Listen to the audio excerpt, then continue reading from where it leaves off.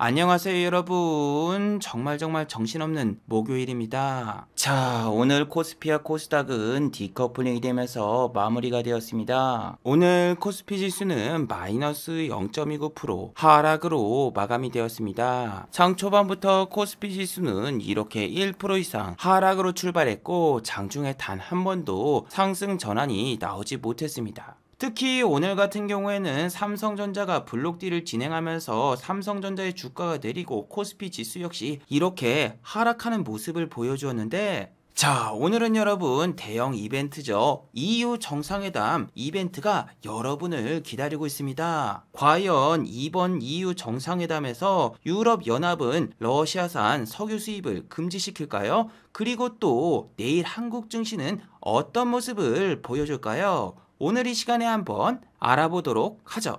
자, 지금 시각이 5시 30분입니다. 시간의 단일가, 유럽장, 미국장, 그리고 야간 선물도 다 끝나지 않았습니다. 그래서 매까지는 배제를 해보고 진행해 보도록 하겠습니다. 자, 그럼 먼저 해외 시황과 국내 시황 그리고 오늘의 특징주를 한번 살펴보도록 하겠습니다. 자, 그럼 먼저 해외 시황입니다. 자, 먼저 다우지수입니다. 어제 다우지수는 마이너스 1.29% 하락으로 마감이 되었습니다. 장 초반부터 다우지수는 이렇게 하락으로 출발했고 장중에 단 한 번도 상승 전환이 나오지 못했습니다.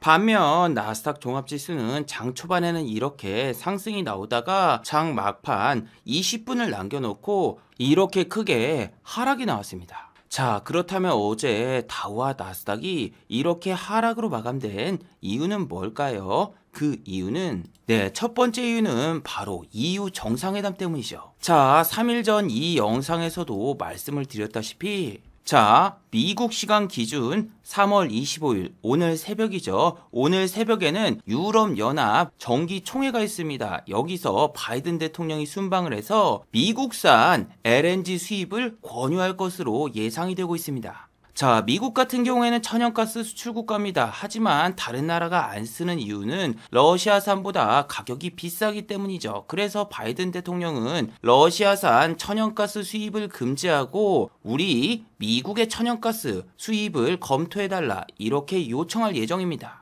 자, 그래서 이 이야기를 듣고 러시아가 열받아서 송유관을 차단을 해버렸습니다. 러시아 측에서는 폭풍과 기상 악화로 인해서 우리는 지금 원유 수출을 금지시킨 거다. 이거는 절대 전쟁 때문이 아니다. 보복이 아니다. 이렇게 이야기하고 있지만 누가 봐도 정치적인 보복이죠. 자, 거기다가 러시아의 푸틴은 한국을 비롯한 비러시아 우호국에게는 천연가스 판매 대금을 달러가 아닌 루블화로 받겠다. 이렇게 일침을 놨습니다. 자, 그래서 어제 천연가스 가격과 유가가 다시 급등이 나왔는데 어제 국제유가 가격이 여러분 이렇게 110달러 미치였거든요. 그런데 지금은 어떻죠?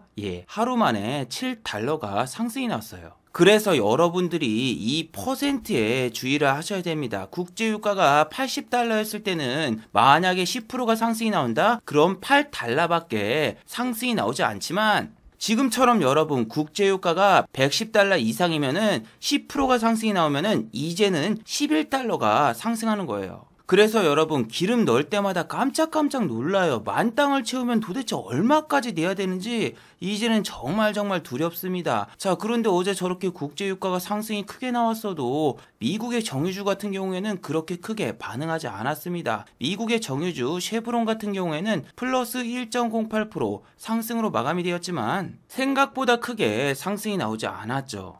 반면 한국 같은 경우에는 송유관 차단 뉴스가 나오자마자 이렇게 중앙에너비스 같은 유가 관련주는 급등이 나왔거든요. 물론 엑스모빌과 쉐브론 같은 경우에는 중앙에너비스와 비교가 되지 않을 정도로 시가총액이 높기 때문에 잡주는 잡주랑 비교를 해야 되겠죠. 미국의 천연가스 관련주 휴스턴 아메리카 에너지 같은 경우에는 보시면 중앙에너비스보다 탄력이 상당히 강합니다. 하루에도 600%가 오를 수 있는 이런 탄력을 가지고 있는 켈러그 콘프로스트 같은 종목인데 어제는 과연 몇 프로가 상승이 났을까요? 자, 보시면은 7.26%밖에 상승이 나오지 못했어요. 자, 그런데 한국의 중앙 에너비스와 유가 관련주는 오늘 또 상승이 나왔습니다. 중앙 에너비스는 오늘도 시작하자마자 이렇게 8% 이상 상승으로 출발했으며 장 초반 3분 동안은 이렇게 플러스 17%까지 상승이 나왔었습니다. 물론 이렇게 상승이 나온 다음에 바로 크게 하락이 나오면서 하방 VI도 찍고 말았지만 지금도 보시면은 시간의 단일가에서 한 번 더 상승이 나왔어요.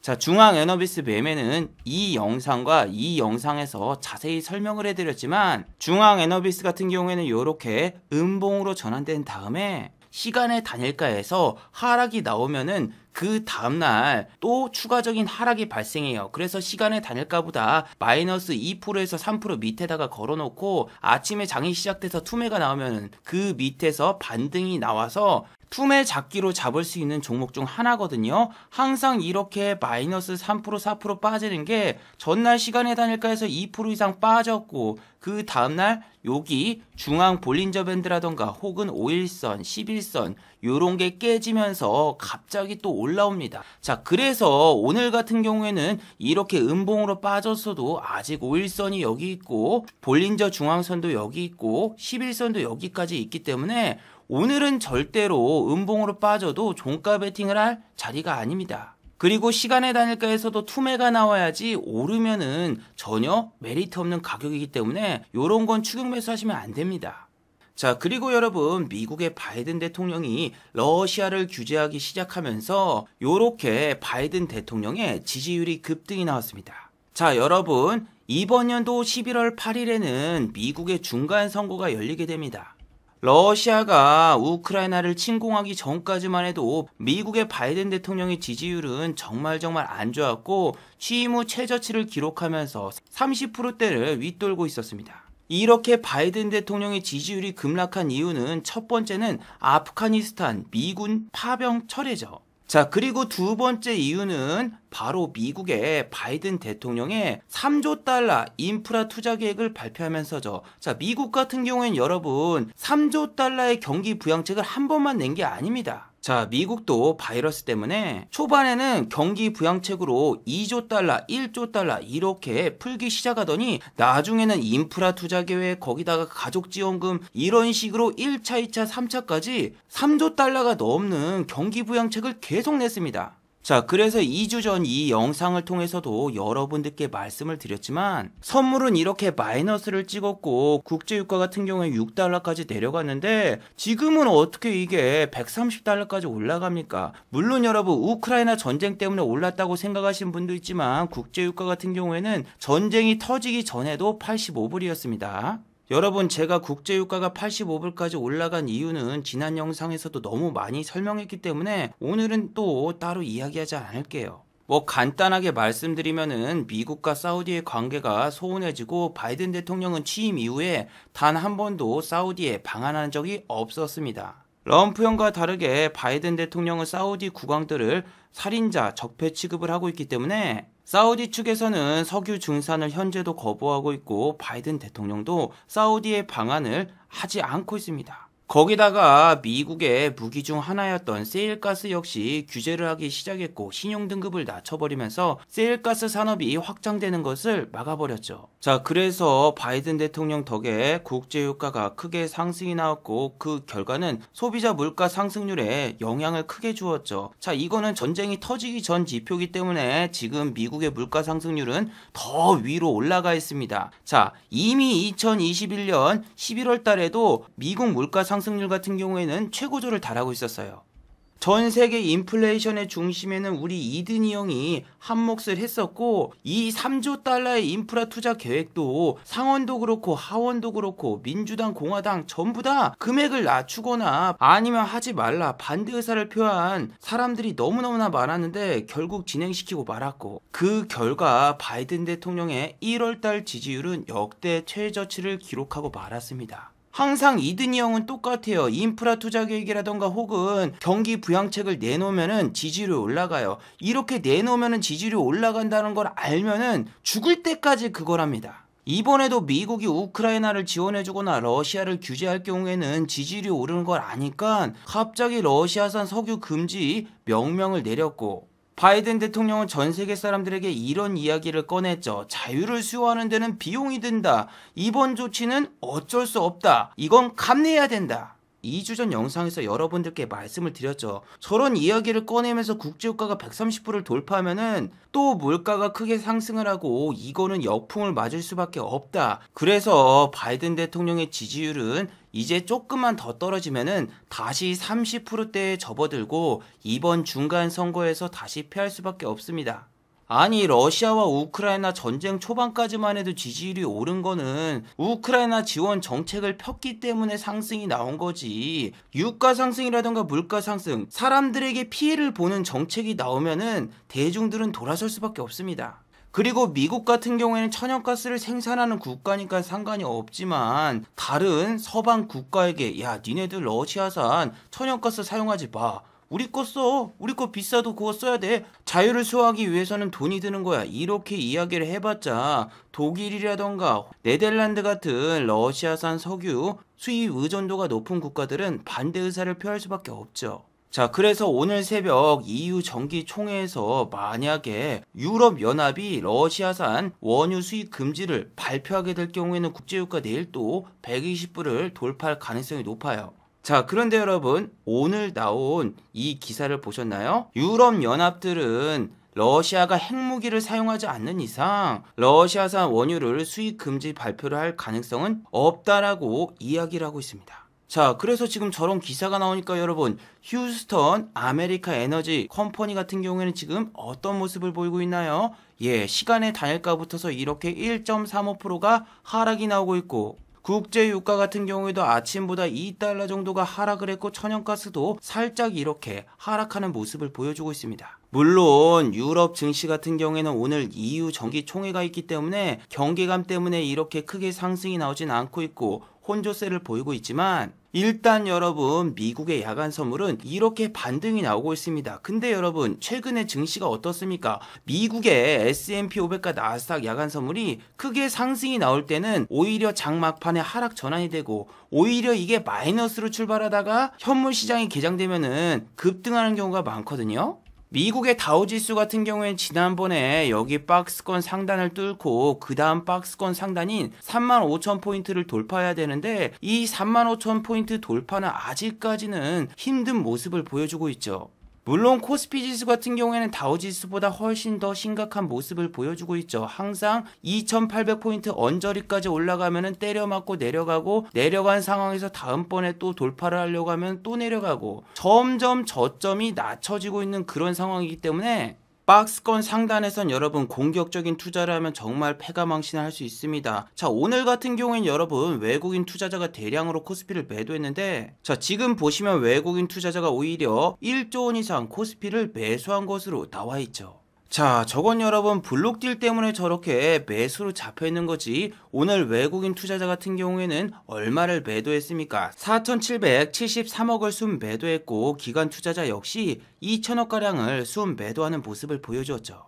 그래서 직장인 투자자분들 같은 경우에는 이렇게 매수가 잡혀있는 걸 보고 와, 외국인이 지금 3일 연속 매수? 대박! 에이, 절대 아닙니다 여러분. 여기 나온 거하고 여기 나온 거하고 둘 다 블록딜이에요. 이틀 전에 여러분 외국인 투자자가 코스피를 매수로 잡힌 것도 셀트리온이랑 삼성 SDS가 블록딜을 해서죠.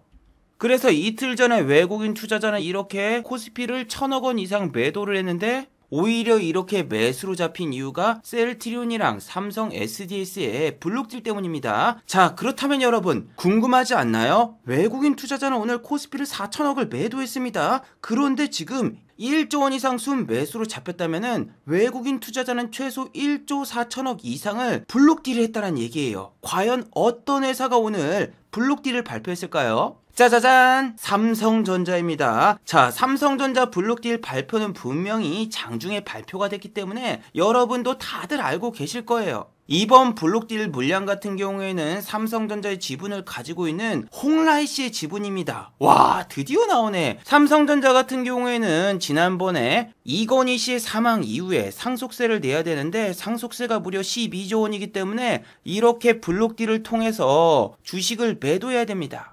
그래서 여러분, 삼성전자의 1조 4조 원어치 홍라이 씨 주식을 판다란 이야기가 언제부터 나왔습니까? 작년 10월달부터 계속 나왔어. 10월달, 11월달, 12월달, 1월달, 2월달 계속 5개월 동안 이런 뉴스만 나오고 실제로는 주식을 안 팔았거든요. 와, 그런데 여러분, 세금 납부 한 달 전인 오늘 드디어 홍라이 씨의 물량이 출하가 되었네요. 자, 그런데 여러분, 삼성전자 같은 경우는 블록딜 가격이 얼마일까요? 자, 어제 종가보다 2.4% 할인한 68,800원에 블록딜을 진행했습니다. 아니, 저는 여러분 조금 이해가 안 됩니다. 외국인 투자자와 기관 투자자 같은 경우는 블록딜 물량을 여기서 받았기 때문에 여러분들보다 평단가도 훨씬 낮습니다. 아니, 외국인 기관보다 평단가가 낮아서 잡는 거면은 이해를 하겠는데 왜 굳이 평단가가 높을 때 블록딜 뉴스가 나왔을 때 이걸 사는지 저는 솔직히 좀 이해가 안 됩니다. 특히 미국의 마이크론 테크놀로지 같은 경우에는 어제 무려 4.39%나 하락을 했고, 삼성전자와 SK 하이닉스 같은 경우에는 미국 마이크론 테크놀로지의 영향을 상당히 많이 받는 주식이라서 하이닉스도 오늘 마이너스 2.43%나 하락이 나왔는데, 어제 같은 경우에는 미국의 반도체 회사들이 호재 뉴스가 정말 많이 나왔는데도 불구하고 이렇게 상승해서 하락 전환이 되었습니다. 엔비디아 같은 경우에도 장 초반엔 이렇게 플러스 0.33% 상승이 나왔으나 마이너스 3.36% 하락으로 마감이 되었어요. 자, 엔비디아 같은 경우에는 인텔과 마찬가지로 이렇게 차량용 반도체 시장에 진출을 하겠다, 최근에 이렇게 발표를 했는데, 어제 엔비디아에서는 차세대 GPU H100과 그레이스 CPU를 발표를 했고, 이는 대만의 TSMC에서 생산이 될 예정입니다. 그래서 엔비디아 같은 경우에는 6년 동안 차량용 반도체 시장에서 매년 13조 원 규모의 매출을 올릴 것이라고 이렇게 발표를 했는데도 불구하고 주가가 하락으로 마감되었어요. 자, AMD뿐만이 아니라 이렇게 인텔 같은 경우에도 보시면 아침에 2.46%까지 상승이 나다가 종가는 결국 마이너스 0.25% 하락으로 마감이 되었어요. 그래서 어제 미국의 필라델피아 반도체 지수도 마이너스 2.48% 하락으로 마감된 상황인데, 오늘 우리 개인 투자자분들이 코스피에서 가장 많이 매수한 종목 1위는 삼성전자고 2위는 SK 하이닉스예요. 자, 그래서 삼성전자와 SK 하이닉스의 주주 게시판인 네이버 종토방을 가보니까 다들 이런 이야기를 하는 거예요. 미국의 마이크론 테크놀로지가 저렇게 급락한 거는 이번 주에 있을 하원 상원 청문회 때문이다. 청문회에서 반도체 관한 이야기를 할 텐데 그 불안감 때문에 인텔과 마이크론 테크놀로지가 저렇게 하락이 나온 거지. 삼성전자와 SK 하이닉스의 펀더멘털은 이상이 없다, 이렇게 이야기를 하더군요. 아니 여러분, 펀더멘털이 중요한 게 아니라 여러분, 바로 이틀 전에도 이렇게 영상으로 만들어서 여러분들에게 보여드렸죠. 셀트리온이랑 삼성 SDI가 블록딜을 진행했다. 그래서 지난번 영상에서도 LG가 블록딜을 진행했을 때를 보라. 블록딜이 진행이 된 다음에 주가가 약간 밑에서 반등이 나온 척 보여주고 위에서 공매도 쳐놓고 이렇게 지옥까지 빼버렸다. 그리고 셀트리온 같은 경우에도 블록딜이 진행된 다음에 그 다음날 반등이 나왔지만 오늘 아침에 셀트리온 주가만 봐도 아이고야, 이 블록딜한 종목들 이거 들어가면 큰일 나겠슈, 이런 생각이 후두부를 강타하지 않나요? 아니 여러분들이 셀트리온이라던가 셀트리온 헬스케어 이런 종목이 블록딜 가격보다 싸게 사는 게 중요한 게 아니라 블록딜이 터졌을 때 이렇게 공매도를 엄청나게 치면서 얘네들은 블록딜 가격 밑으로 내려와도 공매도로 수익을 보기 때문에 주가가 떨어져도 상관이 없답니다. 물론 여러분, 셀트리온 같은 경우에는 아침에 마이너스 2.95%까지 하락이 나왔지만 종가는 어느 정도 끌어올리면서 마이너스 0.88%로 마감이 되었어요. 하지만 이건 셀트리온의 블록딜 가격 밑으로 내려왔기 때문에 개인 투자자분들끼리 서로 싸우면서 밑에서 잡으면은 어느 정도 반등이 나오겠지 생각해서 개인의 매수 때문에 오른 겁니다. 자, 그래서 오늘 이렇게 외국인과 기관은 셀트리온을 매도했는데 개인만 블록딜 가격 밑으로 내려오자 매수를 한 거죠. 자, 그런데 여러분 셀트리온의 장중 추정치를 보시면 외국인 기관은 계속 매도입니다. 이렇게 계속 매도인데 프로그램 같은 경우에 아침에 매수를 하다가 중간에 마이너스로 전환이 되었습니다. 이 마이너스로 전환되다가도 갑자기 2시 때 매수로 전환이 되었는데 이걸 보고 지금 외국인이랑 기관이 개미 털고 사고 있다, 이렇게 생각하시면 절대 안 됩니다. 자, 오늘 매수한 주체는 요 기타 법인이 프로그램을 통해서 반절을 매수하고 나머지는 요 일반 창구를 통해서 매수를 했는데, 자, 여러분 상식적으로 잘 생각을 해보세요. 프로그램 매수가 지금 3만 주가 들어왔다고 해도 장중에 프로그램 매도 추정치가 10만 주가 넘습니다. 그러면은 얘네가 아무리 프로그램으로 매수가 들어와도 양봉 전환이 힘들죠. 그래서 셀트리온 가격도 블록딜 가격 근처에서 횡보하다가 결국 다시 밑으로 빠질 확률이 높습니다. 블록딜 하는 종목들의 특징은 대부분 저래요. 그래서 여러분 삼성전자 같은 경우에도 블록딜 가격이 여기기 때문에 제가 이 밑으로 빠졌으면은 개인 투자자분들이 매수하는 게 이해가 가거든요. 근데 오늘 같은 날 삼성전자를 사신 분들 같은 경우에는 아마 저 뉴스를 안 봤을 거예요. 세상에 뉴스 보고 매수하시는 분들이 별로 없거든요. 그냥 아마 7만 전자가 다시 붕괴가 되니까 뭐 7만 전자 밑에서 사면 언젠가 또 올라오겠지 하고 매수하신 분들이 대부분이라고 생각이 됩니다.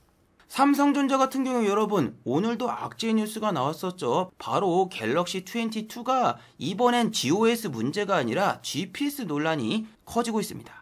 자, 여러분 삼성전자 같은 경우에는 유럽에서 갤럭시를 2가지 버전으로 발매합니다. 첫 번째는 한국에서 판매되는 퀄컴 CPU를 탑재한 퀄컴 버전, 그리고 엑시노트 버전, 이렇게 2가지가 판매되는데, 자, 이번에 문제가 발견된 버전은 유럽에서 판매되는 엑시노트 버전입니다.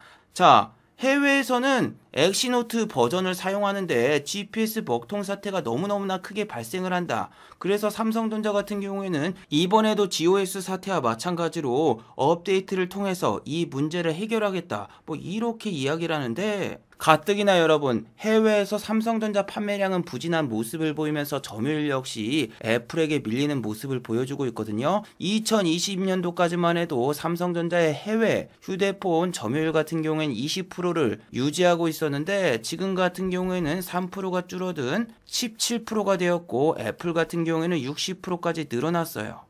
특히 여러분들이 너무 뉴스를 믿으면 안 되는 게, 미국에서 화웨이 규제를 한다, 화웨이 휴대폰을 규제하면 삼성전자의 휴대폰이 잘 팔릴 것이다, 이런 건 여러분 국뽕TV에나 나오는 이야기죠. 저런 이야기는 여러분 거의 국뽕TV에나 나오는 그런 이야기거든요. 아니 러시아하고 우크라이나하고 전쟁에서 러시아가 MSCI 지수에서 퇴출을 당하면 한국 시장에 8조 원 유입이 된다, 요런 이야기를 해놓고 외국인 투자자는 오히려 8조 원 매수가 아니라 4조 4천억을 매도하고 튀었습니다.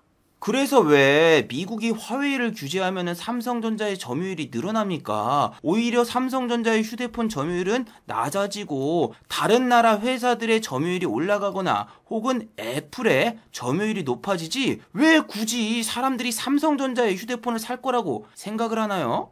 아니 지금은 뭐 삼성전자뿐만이 아니라 여러분 대만의 저가 브랜드 미디어텍마저 이렇게 CPU를 개발하고 삼성전자 휴대폰에 들어가는 퀄컴의 CPU를 제치고 좋은 성능을 뽐내고 있는 상황이란 말이에요. 그래서 단순하게 홍라이씨의 블록딜 물량이 나왔기 때문에 삼성전자의 주가가 오를 것이다, 악재 해소, 이렇게 생각하기에는 지금 글로벌 시황이 삼성전자는 너무 안 좋거든요.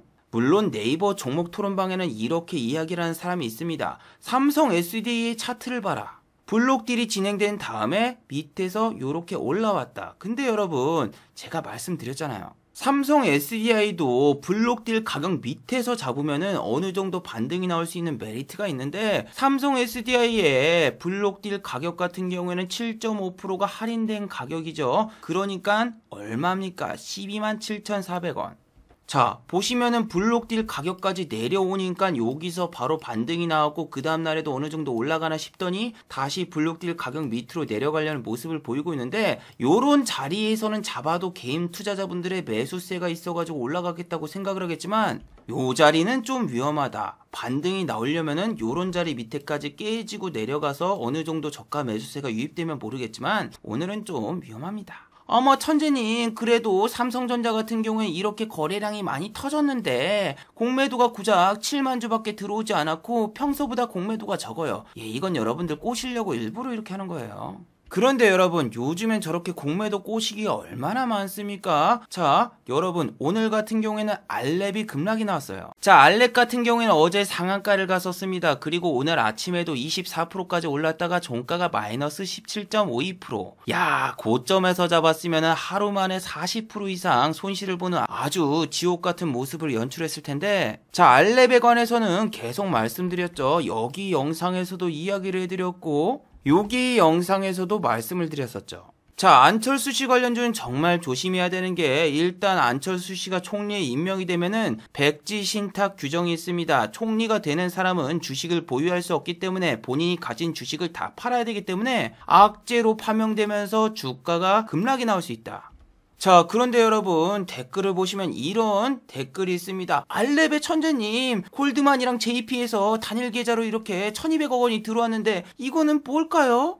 자, 골드만이 아니라 JP 모건이겠죠. 그 골드만이라고 써진 건 그냥 창구 이름이고, JP 모건이라던가 혹은 메릴 린치 이런 데서도 위탁을 할 수 있습니다. JP 모건에서는 알랩의 지분을 5.38%의 지분을 보유하게 되었으며 매수한 목적은 단순한 투자라고 밝혔습니다. 그래서 여기 나온 모든 물량은 JP 모건의 물량입니다. 저 같은 경우에는 알랩이 뭐 상한가를 가든 급등이 나오든 전혀 공략을 하지 않았습니다. 왜? 아까 말씀드린 대로 총리가 되는 사람은 3천만 원 이상의 보유 주식을 가지고 있으면은 모든 주식을 팔아야 된다라는 규정 때문이죠. 그래서 기관 외국인 같은 경우에는 평단가도 낮고 위에서 공매도 대량으로 치고 그냥 급락을 시켜버리면은 개인 투자자분들은 다 몰살당한다. 여러분들은 똑같은 걸 또 당하면 안 되죠. 안철수 씨 같은 경우엔 지지율이 8%에서 15%까지 올라가니까 이렇게 2주 동안 미친 듯한 상승이 나왔고, 반대로 또 안철수 씨의 지지율이 떨어지니까 2주가 아니라 3달 가까이 계속 횡보만 하면서 이렇게 크게 하락이 나왔었죠.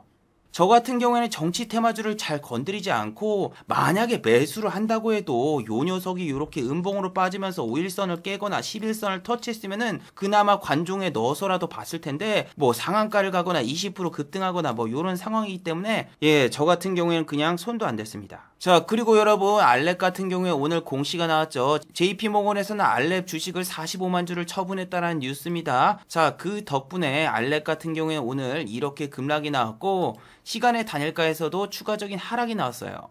자, 그래서 지금 이런 뉴스들이 상당히 많이 나왔죠. 개미들 공매도에 당했다. 자, 외국인 투자자는 알랩 단타로 3일 만에 100억 원을 먹고 먹튀를 했습니다. 안철수 씨 관련주는 왜 올랐습니까? 안철수 씨가 총리에 임명될 수 있다라는 뉴스로 올랐는데, 오늘은 정말 재미있는 뉴스가 나왔습니다. 저는 여러분 아침에 기절하는 줄 알았어요. 갑자기 지앤코 이 동전주, 이 녀석이 움직이고 또 동전주인 CCS가 움직이길래, 야, 이거 반기문 테마주인데 왜 갑자기 이 녀석이 움직이지? 설마 마사카 반기문 씨 총리 임명설 나온 거 아니야? 맞네. 자, 여러분, 오늘은 어떤 일이 있었습니까? 윤석열 대통령 당선인이 오늘 반기문 전 유엔 사무총장을 만나서 이야기를 나눴다라는 뉴스죠. 와, 여러분, 이거 빼박이다. 사진도 있어.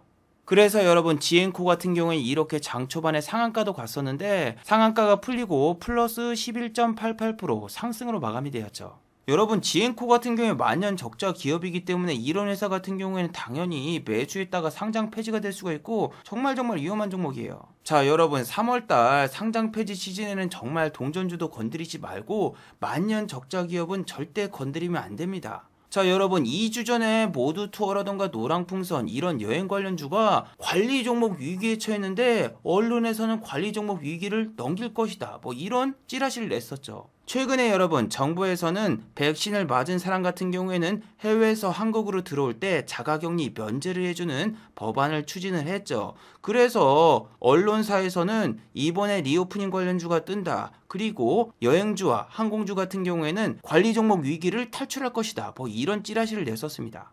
하지만 여러분, 저는 어제 영상에서도 말씀을 드렸지만 지금 비행기 가격을 봐라. 베트남이라던가 이런 나라 같은 경우에 옛날에 직항 노선도 있었고 가는데 20에서 30만 원밖에 들지 않는다. 근데 지금은 가격이 70만 원이다. 그리고 몇 시간을 기다려야 되냐? 29시간이다. 왜? 경유를 3번이나 해야 된다. 거기다가 지금은 러시아 공항을 폐쇄했기 때문에 러시아 영토를 삥 돌아서 운행을 하기 때문에 당연히 항공기에 탑승하는 시간도 늘어나고 또 돈도 많이 들죠. 아니 언론에서는 무슨 관리 종목에 탈피를 할 것이다. 관리 종목이 지정되지 않을 것이다. 이렇게 이야기했지만 오늘 나온 공시 보세요. 노랑풍선은 관리 종목에 지정이 되었습니다. 왜? 지난해 매출이 25억밖에 나오지 않았으니까요. 코스닥 종목 같은 경우는 30억 원 이상의 매출이 발생되지 않으면 관리 종목에 편입이 돼요. 거기다가 막 쌍용차 인수한다라고 꼬셔놓고 막 주가 올렸던 에디슨 EV 보세요. 오늘 보세요. 또 내렸죠. 이게 진짜 무서운 거예요. 진짜 뭐 상장 폐지를 하거나 관리 종목 편입되기 전에 뉴스 띄워놓고 올려놓고 고점 대비해서 40%를 3일 만에 뺐습니다. 그리고 중요한 건 여러분 감사 보고서를 제출을 하지 않은 상태로 10일이 지나면 상장 폐지가 됩니다. 그래서 지금 에디슨 EV 같은 경우에 시간의 단일가에서 막 이렇게 8% 가까이 상승이 나왔다가 종가가 플러스 5%로 마감되었지만 이거는 진짜 막판 여러분 불꽃이요 꽃이길 가능성도 있으니까 진짜 조심하세요. 자, 마지막으로 한번 정리해 보도록 하겠습니다. 1번, EU 정상회담에서 러시아산 원유 수입을 할 것인가 말 것인가 결과를 잘 지켜보시길 바랍니다. 오늘은 미국의 바이든 대통령이 유럽에 방문을 하죠. 가서 미국산 천연가스 수입안을 권유할 것으로 예상이 되고 있는데 유럽연합이 이를 거부하고 러시아산 원유 수입을 그대로 이행한다라면은 원유는 다시 한번 여러분 크게 하락이 나올 수가 있고 내일 정유주는 폭락이 나올 수 있으니 꼭 EU 정상회담 결과를 잘 지켜보시길 바래요. 두 번째, 삼성전자 블록딜은 악재 해소가 아닙니다. 블록딜 가격보다 삼성전자의 주가는 내려간 것도 아닙니다. 오늘은 개인 투자자분들이 삼성전자를 대량으로 매수했지만 고점에서 공매도를 친 뒤 빼버리는 패턴을 최근에 많이 보여줬던 셀트리온과 LG전자의 블록딜을 보시면은 서서히 주가가 횡보 후에 하락세가 계속되면서 주가가 하락하는 게 대부분입니다. 그래서 삼성전자도 이를 따라갈 수 있으니 꼭 주의하시길 바랍니다. 자, 유튜브 광고도 끝까지 시청해 주시면 정말로 고맙겠고 좋아요와 구독하기도 많이 눌러주시면 정말로 고맙겠습니다. 아, 그리고 또 어제 생방송 전에 저를 후원해 주신 정말 고마운 분들이 계셨네요. 네, 제 유튜브 영상 밑에 있는 투네이션 후원하기 버튼을 눌러주시면 저를 후원해 주실 수 있는데 제가 착각했네요. 오늘은 후원해 주신 분이 아무도 안 계셨습니다. 자, 다들 수고하셨고 즐거운 평일 되시기 바랍니다. 다들 수고하셨습니다.